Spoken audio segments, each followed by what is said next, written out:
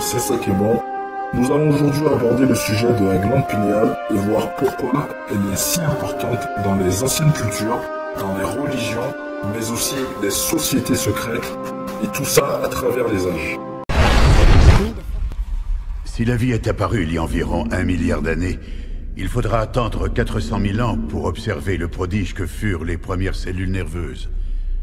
C'est alors que la vie telle que nous la connaissons apparaît, des cerveaux en formation de seulement quelques milligrammes. Il est impossible à ce stade de déceler quelques signes d'intelligence que ce soit. L'action est plutôt de type réflexe. 1 neurone et vous êtes en vie, 2 neurones, vous bougez. Et avec le mouvement, des choses intéressantes commencent à arriver. Donc, qu'est-ce que la glande pinéale? Il faut bien que vous compreniez que jusqu'à il y a peu, on croyait qu'il s'agissait d'un organe atrophié aux fonctions indéfinies, une sorte d'œil non développé. Mais cela a néanmoins éveillé l'intérêt des scientifiques qui ont mis en lumière des fonctions en relation avec la physique du phénomène paranormal. Imaginons un instant à quoi notre vie ressemblerait si nous avions accès à, disons, 20% de notre capacité cérébrale. Ce premier stade nous permettrait d'accéder à nos fonctions corporelles et d'en prendre le contrôle. Maintenant, je vais aborder quelques notions médicales. Mais je vous rassure, au risque de vous perdre, je vais être assez court. Donc, l'épiphyse neurale ou glande pinéale ou tout simplement pinéale est une petite glande endocrine située à proximité du centre du cerveau. Je pourrais très bien vous dire aussi que cette glande pinéale est une glande endocrine de l'hypothalamus du cerveau des vertébrés. Donc c'est à partir de la sérotonine qu'elle sécrète la mélatonine. Il joue donc, par l'intermédiaire de cette hormone, un rôle central dans la régulation des rythmes biologiques, c'est-à-dire au réveil, au sommeil, tous ces rythmes saisonniers. Donc dans l'espèce humaine, l'épiphyse a la forme d'une pomme de pin, d'où elle tire son nom d'ailleurs. Ou si vous préférez, d'un petit cône d'environ 8 mm situé en position médiane en arrière du troisième ventricule, entre les deux thalamus, au-dessus des colliculis supérieurs derrière la stria medullaris. On parle ainsi de cette glande comme du troisième œil. Mais ce fameux troisième œil est tout simplement considéré comme tel pour avoir la même structure de base que nos mêmes organes visuels. Et il n'y a toutefois pas le moindre doute qu'elle joue un rôle important tant au niveau de la régulation de ce que l'on appelle les cycles circadiens, qui sont les cycles vitaux, mais aussi au niveau du contrôle des activités sexuelles et de la reproduction. La production de mélatonine a lieu principalement pendant la nuit, et ceci y compris chez les espèces nocturnes. La synthèse de la mélatonine se fait en 4 étapes. Dans l'espèce humaine, la glande pinéale croît en volume jusqu'à l'âge de 1 à 2 ans, puis se stabilise, mais sa masse augmente à partir de la puberté. Donc oui, il se produit souvent une calcification de cette glande chez l'adulte qui est associée à la baisse de production de mélatonine. Il semblerait que l'épiphyse joue donc aussi un rôle dans la régulation du développement sexuel causé par la mélatonine qui inhibe l'apparition des caractères sexuels secondaires. La baisse de production de mélatonine à la puberté correspondrait donc à une levée de cette inhibition. Cela expliquerait le fait qu'un dysfonctionnement de l'épiphyse peut se manifester par une puberté précoce. C'est-à-dire quand vous avez un développement accéléré des organes sexuels ou du squelette. Donc enfin, l'épiphyse participe aussi à la régulation des rythmes infradiens liés aux saisons.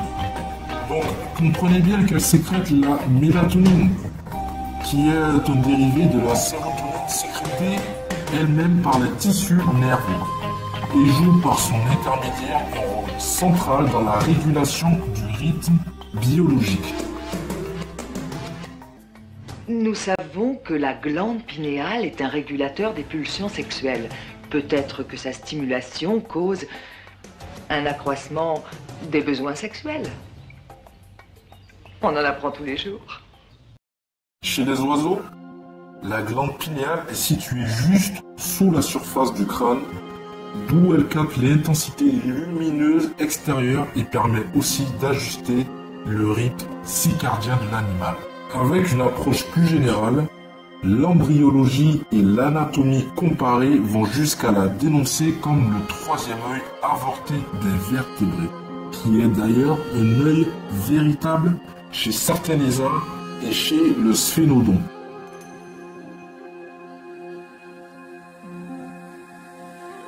La vie animale sur Terre remonte à plusieurs millions d'années.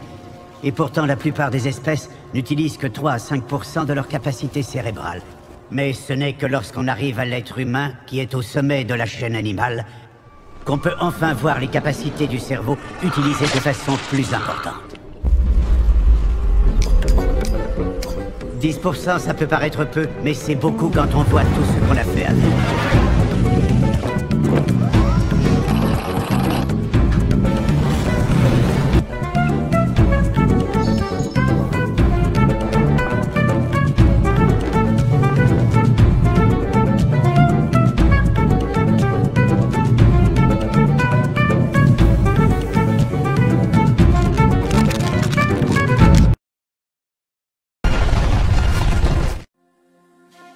En sciences cosmiques, la glande pinéale représente le soleil dans l'homme.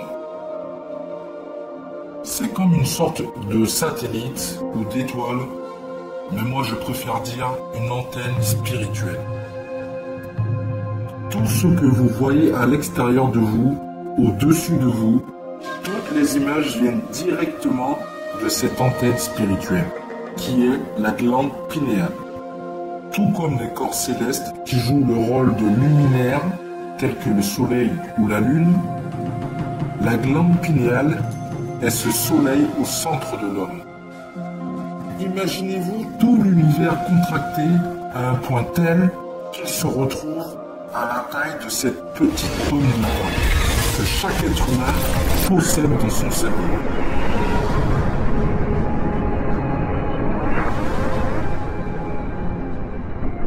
À elle seule, la glande pinéale contient toute la lumière du corps. C'est-à-dire que toutes les odates de votre corps ont leur contrepartie dans la glande pinéale, qui est non seulement une sorte de satellite, mais aussi une vraie antenne reliée à toute l'existence. Mais dans le corps, elle communique à un niveau supérieur avec le Kundalini, le serpent énergétique qui puise sa lumière directement dans la glande pinéale. Il s'agit ici de considérer la glande pinéale comme étant le symbole de l'homme tout entier relié à toute l'existence. C'est en cela que tout est un. Et que l'individu seul est insignifiant parce que c'est l'ensemble qui lui donne son existence.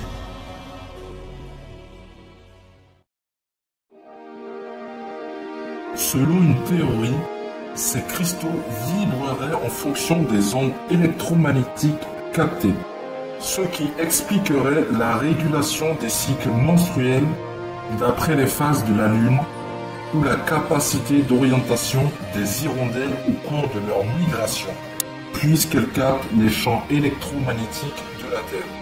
Chez l'être humain, elles seraient capables d'interagir avec d'autres zones du cerveau comme par exemple le cortex cérébral, qui serait capable de déchiffrer de telles informations. Une telle interaction serait moins développée chez les autres animaux. Cette théorie prétend expliquer les phénomènes paranormaux tels que la clairvoyance, la télépathie, la médiumnité, la télékinésie et bien d'autres.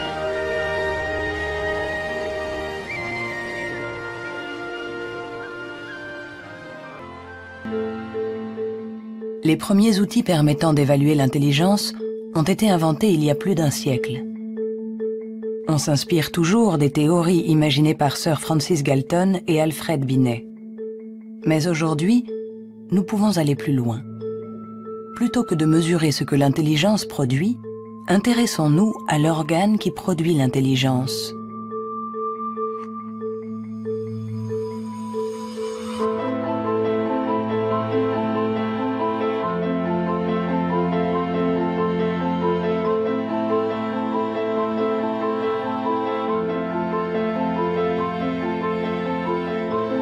Le cerveau est fait de deux sortes de tissus, la matière blanche et la matière grise.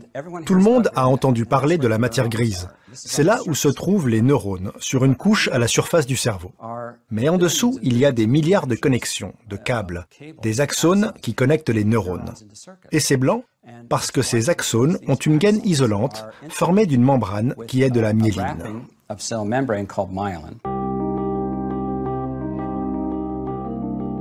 La myéline entoure les axones, permettant aux informations de circuler de manière rapide et efficace dans le cerveau.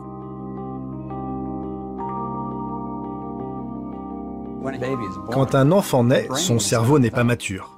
Ses fonctions sont minimales. Un bébé ne peut quasiment rien faire. Il ne peut pas se nourrir, il ne voit pas vraiment, il ne sait pas marcher ni redresser la tête.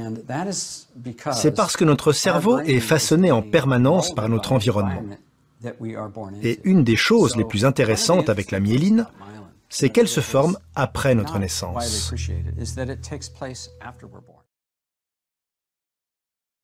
Pour des raisons qui restent un mystère pour moi, déverrouiller certaines portions de son cerveau, ce qui lui a ouvert un accès à des zones cérébrales inexplorées jusqu'ici. Elle a des capacités. Vous pouvez nous donner un exemple? Votre fille Gabrielle a été tuée dans un accident de voiture à 6 ans. Une voiture bleue, intérieur cuir. Un oiseau en plastique accroché au rétroviseur. Parlons maintenant d'un cas particulier. Le seul être vivant à utiliser sa matière grise mieux que nous, le dauphin. On estime que ce formidable animal utilise près de 20% de ce que son cerveau a comme potentiel. Ce pourcentage le dote, entre autres, d'un système d'écholocation considéré comme plus performant que n'importe quel sonar inventé par l'homme. Mais le dauphin n'a pas inventé le sonar, il l'a acquis naturellement. Et de là découle le point le plus crucial de la réflexion philosophique que nous avons aujourd'hui. Pouvons-nous en conclure que l'humain s'intéresse davantage au fait d'avoir qu'au fait d'être? Pour des êtres primitifs tels que nous, la vie semble n'avoir qu'un seul et unique but: gagner du temps. Et cette avancée dans le temps semble également être le seul véritable but de chaque cellule qui nous compose. Pour atteindre ce but, la masse des cellules qui font de nous des vers de terre ou des êtres humains n'a en réalité que deux solutions: être immortel ou se reproduire. Si son habitat est insuffisamment favorable ou nourricier,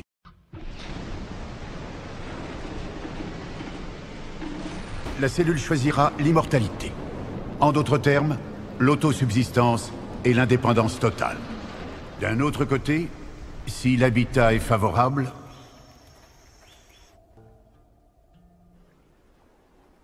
elle choisira la reproduction.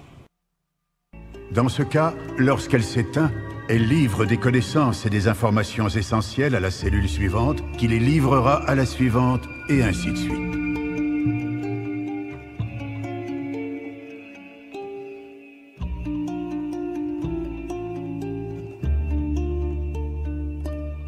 C'est ainsi que l'apprentissage et le savoir sont transmis à travers le temps.